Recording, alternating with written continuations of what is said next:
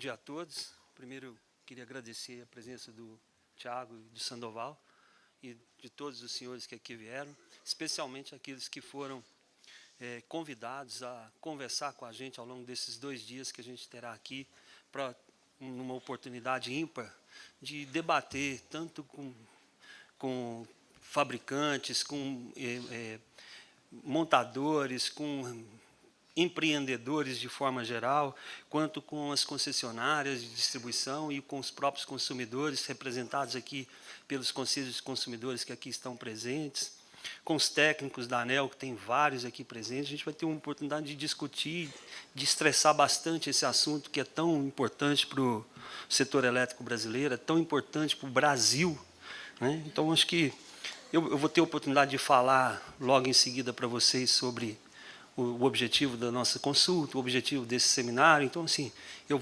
queria aproveitar esse momento para agradecer a presença de todos vocês, contar com vocês aqui esses 2 dias e que a gente possa colher bons frutos para aperfeiçoar a regulamentação vigente naquilo que é de competência da ANEEL. Agradeço a presença de todos e muito obrigado.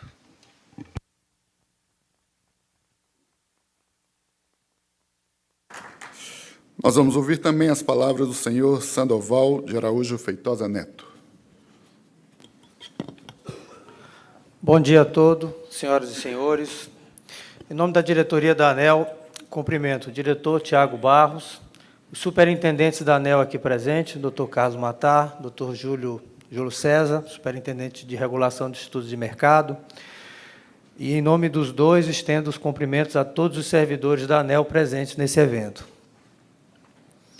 Cumprimento os palestrantes do evento, que nos proporcionarão usufruir dos conhecimentos e experiências de forma a aprimorarmos o marco regulatório relacionados à mini e micro geração distribuída. Agradeço aos participantes do seminário a oportunidade em que desejo dias de intenso e importantes discussões. A mini e micro geração distribuída atua de forma central nos pilares essenciais das tendências de atuação dos reguladores mundo afora, quais sejam na descentralização dos recursos energéticos, digitalização de rede e descarbonização, uma vez que a grande maioria das fontes são renováveis, com destaque para solar fotovoltaica. Há diversas vantagens associadas à mini e micro geração distribuída. Dentre elas, destaco: a grande maioria são limpas e renováveis, como eu já falei, e, portanto, contribuem para a redução do efeito estufa, além de terem baixíssimo ou quase inexistente impacto ambiental. Reduz as perdas elétricas nos sistemas de distribuição e transmissão e, nessa medida, contribui na postergação de investimentos, na expansão. Dinamiza a economia com investimentos de pequenas e médias empresas de prestadores de serviços, além de impulsionar a indústria, o comércio e, consequentemente, a criação de empregos, tão importante no nosso país. E, por fim, permite o protagonismo do consumidor em seu relacionamento com as distribuidoras, na medida que permite o gerenciamento do consumo e geração. O doutor Matar vai apresentar os números associados à geração distribuída, mas, no entanto, eu reputo já que são bastante favoráveis e bastante promissores. Desde a publicação da Resolução 482, de 2012, o número de conexões ao sistema de distribuição alcançou 30.842 unidades, foi o número mais atual que nossa assessoria buscou junto à unidade, correspondendo a uma geração de aproximadamente 370 megawatts. É necessário e importante destacar que o sucesso alcançado até agora resulta de uma confluência de esforços. Dentre eles, destaco dos estados da federação, que concederam incentivos fiscais, que permitiram o crescimento da mini e micro geração distribuída, dos fabricantes de equipamentos, dos prestadores de serviços, das empresas de distribuição e também das instituições de financiamento, dentre outros. Na mini e micro geração distribuída, por exemplo, o Brasil já domina grande parte da cadeia de valor, contando com um grande número de empresas atuantes no segmento solar fotovoltaico, por exemplo, montadoras de módulos fotovoltaicos, fabricante de células, fabricantes de inversores e cerca de 400 fabricantes de outros equipamentos e componentes. Também destaco por oportuno que, no Brasil, os maiores valores de radiação solar ocorrem na região nordeste do Brasil, região a qual eu me vinculo fortemente. E, por outro lado, essa região possui a menor taxa de brasileiros empregados no país. Portanto, além das vantagens técnicas e econômicas associadas à mini e micro geração distribuída, ainda é importante alcançar uma importante externalidade, particularmente necessária em nosso país, qual seja a melhoria das condições econômicas da população do semiárido nordestino. Por meio do uso da terra e remuneração, arrecadação de impostos, capacitação e contratação de mão de obra local, que permitirá o desenvolvimento da região e do nosso país. Destaco também que, a exemplo de hoje, realizamos em 2014 o seminário Mini e Micro Geração Distribuída para avaliar os impactos da Resolução Normativa 482, de 2012. Naquela ocasião, tivemos importantes discussões e o compartilhamento de excelentes experiências que muito contribuíram para os resultados hoje celebrados. Neste ano, a agência buscou ampliar o fórum de discussão, organizando um evento de abrangência internacional. Registro no seminário a presença de participantes da América Latina, da Colômbia, América do Norte, Estados Unidos, Europa, Alemanha, e com a expectativa, que esperamos lograr êxito, de 450 participantes no evento. A realização do seminário faz parte do processo de transparência e diálogo da ANEEL com a sociedade no cumprimento de sua missão. Em especial, o seminário é parte integrante da Consulta Pública 10 de 2018, cujo período de envio de contribuições irá de 30 de maio, já se iniciou, a 17 de julho de 2018. Dessa forma, a consulta pública e esse seminário representam o primeiro passo de discussões no sentido de encontrarmos o equilíbrio na alocação de custos da cadeia de geração distribuída, de forma que o mercado continue se desenvolvendo de maneira sustentável. Por fim, em nome da ANEEL, agradeço a participação de todos e mantenho a expectativa de ver a conclusão desse trabalho com o sucesso, confirmando o sucesso até agora verificado, ao tempo que torço para que tenha o privilégio de relatar essa matéria na diretoria colegiada da ANEEL. Muito obrigado.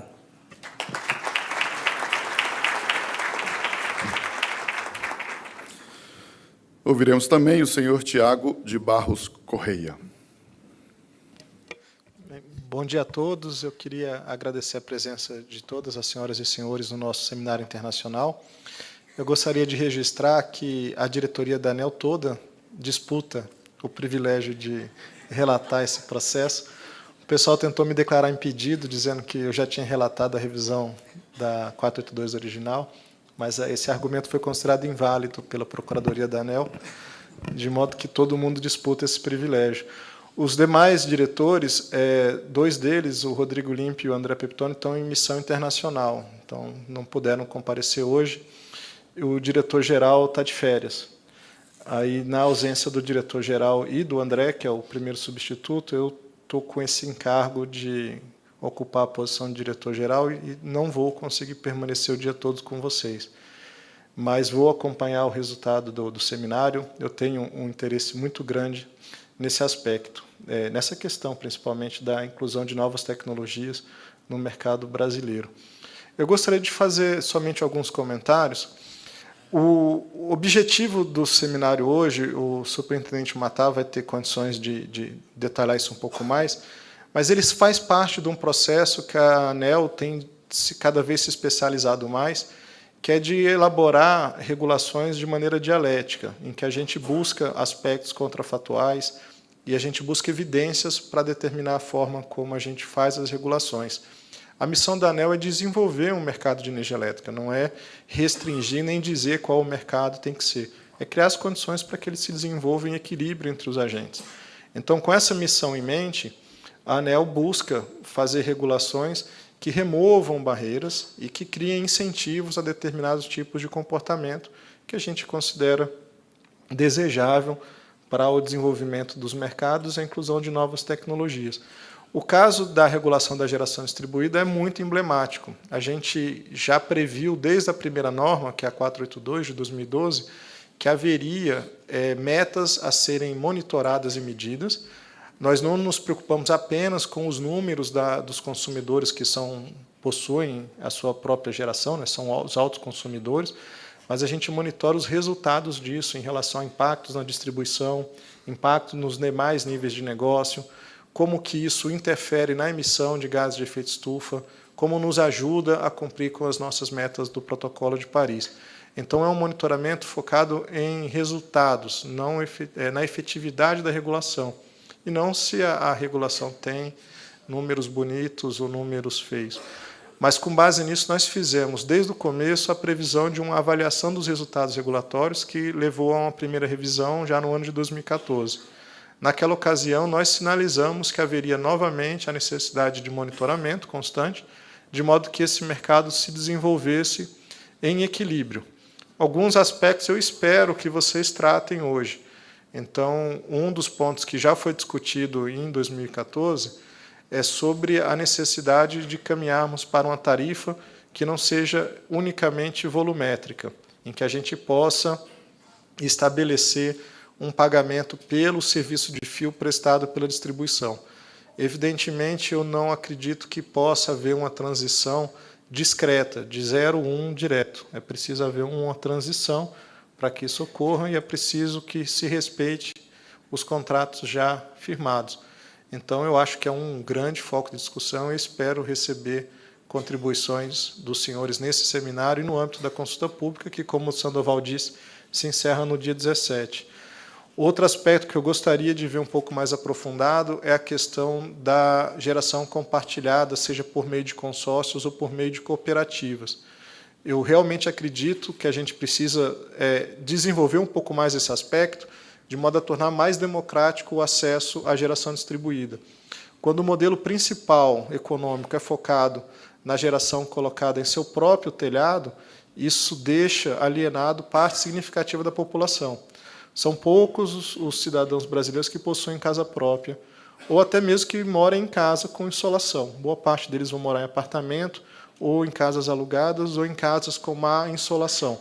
Então, como é um modelo de negócio... Por trás da geração distribuída, existe um modelo de negócio em que você empodera o consumidor. Ele faz parte da decisão de talvez pagar um pouco mais, ser sócio de um investimento e participar, às vezes, de um sonho de ter uma energia mais limpa. Às vezes, esse é o driver, é o motivador. Às vezes, é ter uma tarifa mais barata, mas todo mundo deveria ter direito a ter acesso a essas opções. Então, eu gostaria de ver contribuições que nos permitissem ampliar a questão da geração compartilhada.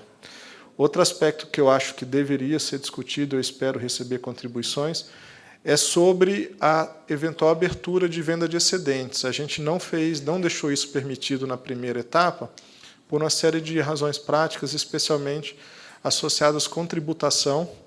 Nós entendíamos que uma das principais barreiras ao desenvolvimento desse mercado era a elevada tributação na compensação de energia. Eu acho que hoje, depois de um determinado período, isso já está bem amadurecido na Secretaria de Fazendas estaduais. Eu sei que eles estão discutindo, inclusive, estender a isenção de imposto para aquela geração remota, né, e compartilhada também. Hoje, a regra do convênio, a interpretação mais restritiva é que é só para geração local, né? Então, eu gostaria de receber contribuições sobre a venda de excedentes. E, finalmente, me parece que talvez a gente devesse se preocupar um pouco como encaixar esse nosso modelo com conceitos de armazenamento de energia. Então, isso foi também uma das discussões feitas lá em 2014, Na época, as baterias ainda eram muito caras, principalmente a bateria, hoje está se tornando mais barato. E isso é, como diria o futebolista clássico, os mais antigos talvez se lembrem, Vicente Mateus, né, do Corinthians, é uma faca de dois legumes, né? Porque, ao mesmo tempo em que torna o serviço mais confiável, né, e permite a prestação de serviços ancilares para a rede elétrica, isso pode precipitar a famigerada espiral da morte, né? Então, determinados pontos da nossa rede vai se tornar muito mais economicamente viável você já ir para o off-grid. E isso deixa custos para os demais pagantes. Eu também teria uma preocupação muito grande em associar os custos de redução de mercado, especialmente por migração para mercado livre também e geração distribuída, com aqueles que ficam sem esse acesso. Então, criar uma forma de tornar isso mais democrático, menos...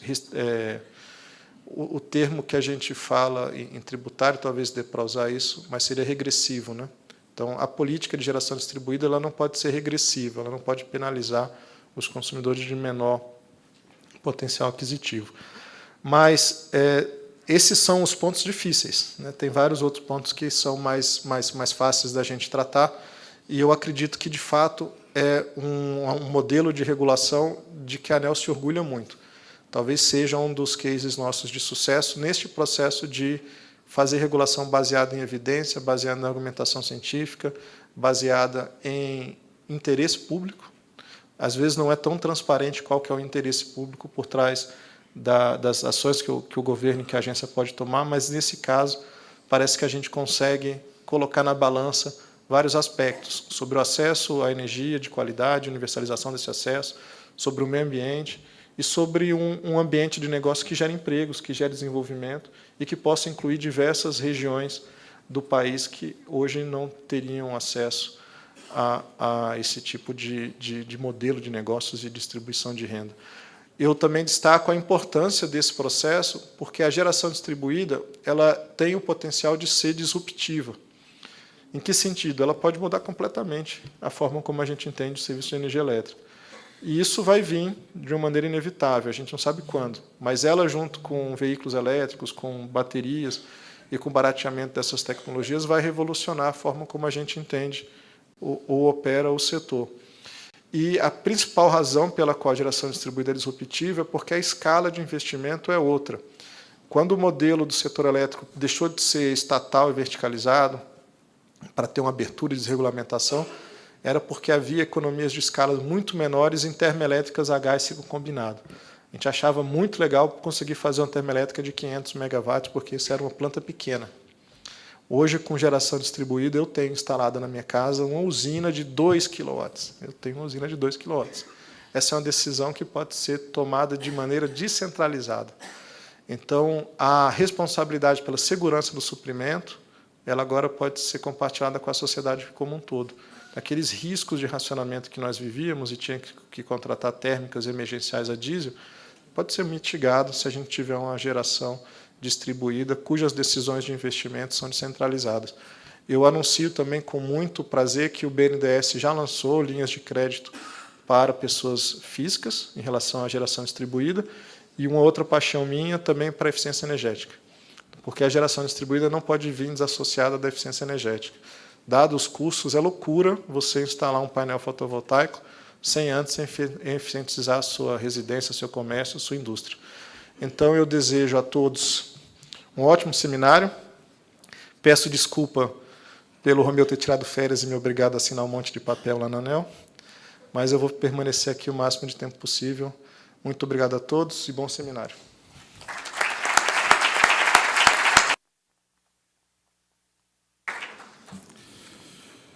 Nesse momento, nós vamos desfazer essa mesa de abertura, convidando os senhores para se assentarem ali no auditório. E nós pedimos também a compreensão de todos para a observância estrita dos tempos previamente estipulados, considerando a ampla agenda prevista para o dia de hoje.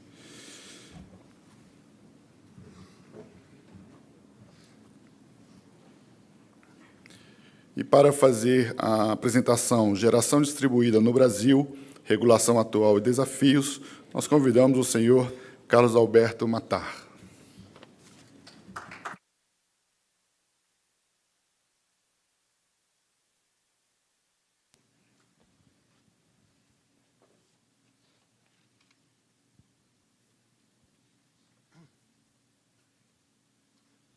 Bom, mais uma vez, bom dia a todos. Muito obrigado aí pela presença de todos. O que eu vou falar aqui é basicamente uma apresentação bem simples para a gente dar uma introduzida geral no objetivo do seminário, nos conceitos básicos que a gente quer discutir com vocês aqui. Assim, a ideia é que a ANEEL fale o menos possível e escute o máximo possível. Então, aqui, vocês é que estão aqui para falar, e a gente está aqui para ouvir. Tá certo? Então, para que a gente possa falar a mesma língua, ou falar sobre dentro do mesmo contexto, eu queria dar essa pincelada bem rápida no que está acontecendo no cenário atual. E aí a gente não está passando, não. Ah, tá. Com essa seguinte agenda, eu vou falar sobre o cenário, embora o Tiago e o Sandoval já adiantaram várias coisas que eu vou falar aqui, mas eu vou repetir, porque é bom que fica... a gente vai firmando isso na cabeça e guardando esses números que são bastante importantes. O cenário atual e o cronograma de aprimoramento dessas regras. Como é que nós vamos fazer até a gente chegar lá em 2019 e ter a revisão da Resolução 482. O outro ponto é uma coisa bastante interessante, com a ajuda da nossa Superintendência de Mediação Administrativa e Setorial, nós fizemos uma pesquisa junto aos consumidores que instalaram geração distribuída na sua casa. E a gente teve um número bastante significativo de respostas e a gente achou que é interessante compartilhar com vocês aqui. E o terceiro ponto é sobre a consulta pública, os principais pontos da nossa proposta e as contribuições que a gente espera receber de todos vocês. Bom, nesse sentido, o cenário atual, né, conforme a gente já comentou aqui, até o dia de ontem, dia 19/6, se foi um levantamento feito ontem, nós estamos com quase 370 megawatts de potência instalada de geração distribuída no Brasil. O total de unidades consumidoras que tem a geração distribuída de 30.842, sendo 43.578 o número de unidades que recebem os créditos dessas 30.842, ou seja, tem mais unidades consumidoras recebendo crédito que aquelas que têm geração distribuída, conforme prevê a regulamentação. E um dado mais interessante é que aproximadamente 77% dessas unidades consumidoras que têm geração distribuída são residenciais. E aqui, essa evolução de como é que esses números, esses 30.800 unidades consumidoras que têm geração e os 43.000 que recebem os créditos, como é que eles estão crescendo aí ao longo do tempo. A gente tem uma trimestral, né, esse gráfico de barras acumuladas, como é que isso está crescendo. Então, cresce de forma significativa e, até o momento, de forma bastante consistente, por diversas razões que a maioria de vocês conhecem, as razões pelas quais esses números estão crescendo assim, e isso a gente vai também detalhar um pouco na pesquisa. Bom, e como que está dividido essas 30.800 e poucas unidades que têm geração distribuída? A grande maioria delas, né, 27.000, são geração junta à carga, aquela mais simples, como a que o Tiago tem na casa dele. E a potência dessa geração está em torno de 255 megawatts, que é o número aproximado, é o maior número daqueles 370 megawatts que a gente tem instalado. O condomínio com GD, nós temos aí 21 empreendimentos, conforme o Tiago já adiantou aqui, é uma modalidade de geração distribuída que não decolou fortemente como a gente imaginava que fosse decolar. A gente também vai querer dar uma avaliada é verificar as causas, por que isso não aconteceu, se há algum tipo de barreira regulatória que a gente possa remover para esse tipo de geração distribuída. O autoconsumo remoto tem um número significativo de empreendimentos e uma potência relativamente grande, de 97 megawatts. E a GD compartilhada com um número também não muito grande, mas que também tem uma potência de 14 megawatts, 14,5 megawatts de potência instalada. E é claro que esses números têm que bater com aqueles que eu mostrei lá no começo, de 30.842 e a potência de 368 megawatts de potência instalada. Às vezes eu posso errar uns números aí, porque a minha vista não está muito boa e eu não estou enxergando muito detalhadamente esses números. Então, de maneira que eu peço desculpas, mas os números são esses que estão aí. Às vezes eu estou lendo aqui outra coisa, está tudo embaralhado para mim. É a idade.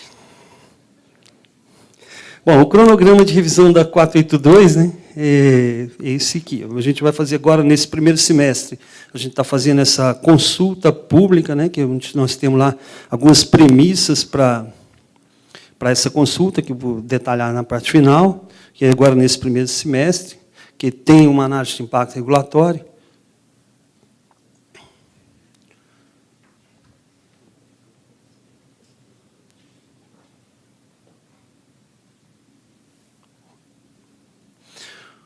No segundo semestre, nós vamos fazer uma audiência pública, aquela que vai ser relatada por um dos diretores da ANEEL. Né?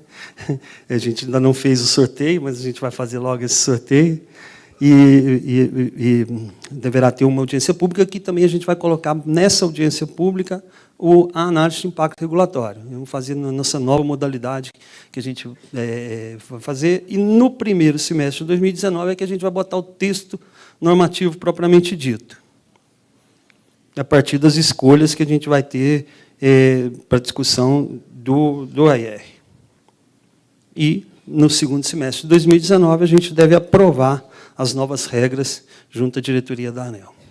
Então, a gente vai passar por todo esse processo de discussão, tanto da análise de impacto regulatório, quanto do texto, em momentos distintos, separados, para que a gente possa escolher a alternativa e a gente vai para ajustar o texto que mais se adequa àquela alternativa que foi escolhida pela análise de impacto regulatório. Bom, a pesquisa que eu comentei é uma pesquisa que a gente fez lá com um universo de aproximadamente 3.000 consumidores e a gente recebeu aí 1.156 respostas. O método utilizado foi de uma amostragem aleatória simples, e isso dá, esse volume de respostas que a gente recebeu dá um grau de confiança de 95% dessa pesquisa e uma margem de erro de 3%, que, estatisticamente, é bom e é interessante a gente compartilhar com vocês isso, porque tem algumas coisas que a gente entendeu como bastante interessantes para poder compartilhar aqui. A primeira pergunta que a gente fez foi como que o consumidor ficou sabendo da geração distribuída, né? Esse universo de consumidores são consumidores que possuem instalações de geração distribuída em suas unidades consumidoras.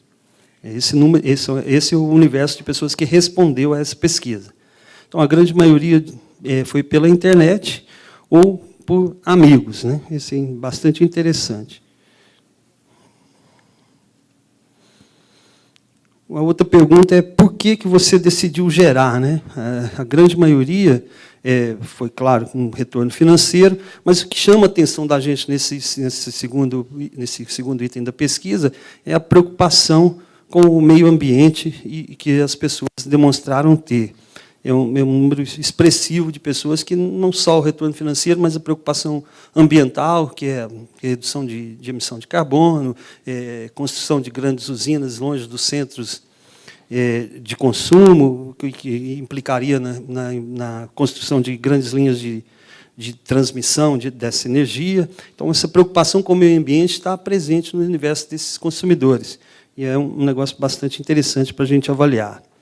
E os demais, né? Satisfação em gerar energia, a valorização do imóvel e até mesmo geração de empregos foi um dos itens coletados nessa pesquisa como motivador para a decisão de gerar energia elétrica na sua própria casa. A outra pergunta que a gente fez é se eles utilizaram algum tipo de financiamento, né? Então, assim, 75% não utilizou financiamento nenhum, né? E desses 25% que usaram financiamento, a grande maioria usou financiamento bancário, né? E o outro tipo de financiamento com a empresa que vendeu, ou então pediu emprestado para um amigo, pediu emprestado para a mãe, para o tio, etc. A dificuldade para a expansão da GD, aqui também é uma coisa interessante, para nós reguladores, uma boa reflexão.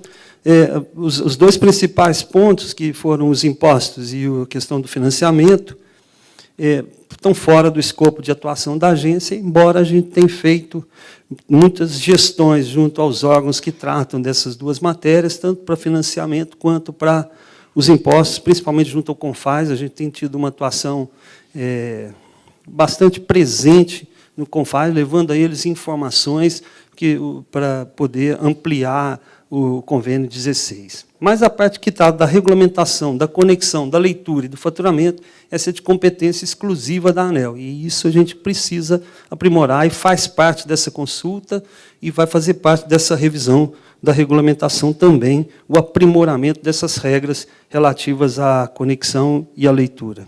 E a regulamentação propriamente dita, evidentemente. O tempo de conexão, que essas unidades consumidoras já ligadas, a grande maioria está situada aí entre 30 e 60, leva 30 e 60 dias para conexão, embora o prazo que está definido lá na resolução 482, vigente hoje, não seja esse. E mais de 60 dias também tem um número significativo de respostas nesse item, o que também está fora do que está regulado. Como foi a redução de consumo desses consumidores, dessas unidades consumidoras que instalaram o GD, menos de 20%, a grande maioria reduziu mais de 75%. Isso aqui é bastante interessante na sua conta de energia elétrica. Então, o que confirma aquele motivo dos motivadores da instalação, que é o retorno financeiro, a redução do consumo ou redução da fatura de energia elétrica. E eles realmente obtiveram, confirmou-se aí a redução de consumo. Então, a gente perguntou, assim, numa escala de 0 a 5, qual que era a satisfação desses consumidores por ter instalado a geração distribuída. E, no caso dos consumidores, a nota geral foi 4,38, numa escala de até 5. A avaliação geral, a gente pediu para avaliar a empresa instaladora, a distribuidora e a ANEEL, né? A distribuidora teve 3,26, a ANEEL 3,46 e a empresa instaladora 4,56. É isso mesmo?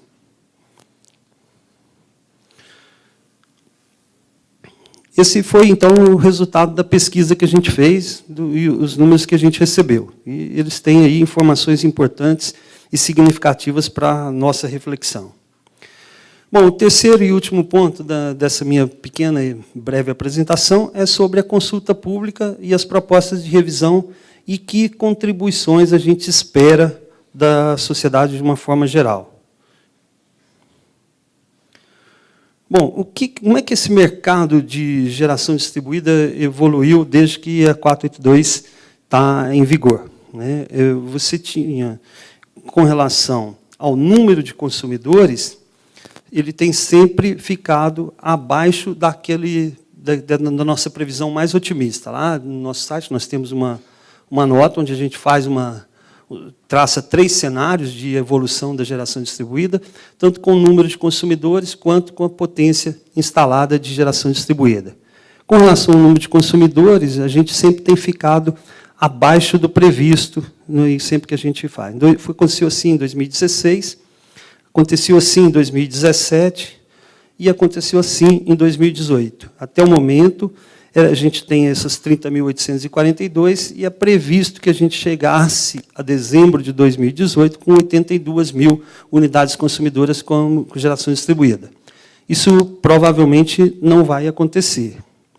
Mas, entretanto, se o número de unidades consumidoras está abaixo das projeções que a gente fez, das projeções mais otimistas que a gente fez, não acontece o mesmo com relação à potência instalada, né? Com relação à potência instalada, a gente sempre tem ficado, o instalado tem ficado sempre acima do previsto. Isso a gente analisou. Hoje era para a gente ter, em dezembro de 2018, 304 megawatts, e hoje a gente já tem, no dia 19 de junho, os 368, quase 370 megawatts de potência instalada. Então, a gente tem abaixo do número de consumidores, unidades consumidoras, e acima a potência instalada. O que isso significa? Isso significa que a média de geração distribuída, a média instalada pelos consumidores, é maior do que aquela que a gente previu. A potência instalada de cada unidade de cada geração distribuída é maior do que aquela que a gente havia previsto inicialmente. Isso se deve principalmente aos sistemas de compensação remota, que normalmente estão sendo instalados na ordem de 5 megawatts. Com isso, os impactos econômicos da GD, que têm relação direta com a potência instalada, precisarão ser reavaliados. E esse é um dos objetivos da nossa consulta, a gente reavaliar esse impacto, tanto do ponto de vista do consumidor, quanto do ponto de vista da distribuidora, para o equilíbrio geral do setor elétrico e da sociedade como um todo, para que não ocorra aquele... eu não gostaria nem de chamar esse Robin Hood meio que às avessas. Isso não é uma coisa que eu costumo falar que é isso mesmo, mas assim, não, tem lá algumas... Não chega a ser verdadeiramente uma inversão, mas tem alguns problemas que a gente deve nos debruçar sobre eles e propor uma solução que seja boa para todo mundo. E não estou falando aqui em dar um cavalo de pau e mudar tudo que está aí. Até porque, se vocês revisitarem o voto do diretor-relator na primeira aprovação da resolução 482, essa situação está bem clara lá, que qualquer alteração vale para frente. No voto do Tiago, quando revisou a 482 lá em 2015, tem esse mesmo texto no voto, deixando de forma clara a posição da agência naquele momento de que as unidades consumidoras já ligadas serão respeitadas os seus direitos quando ele fez aquela opção por instalar a geração distribuída com aquela regra vigente. Evidentemente que eu posso dizer que há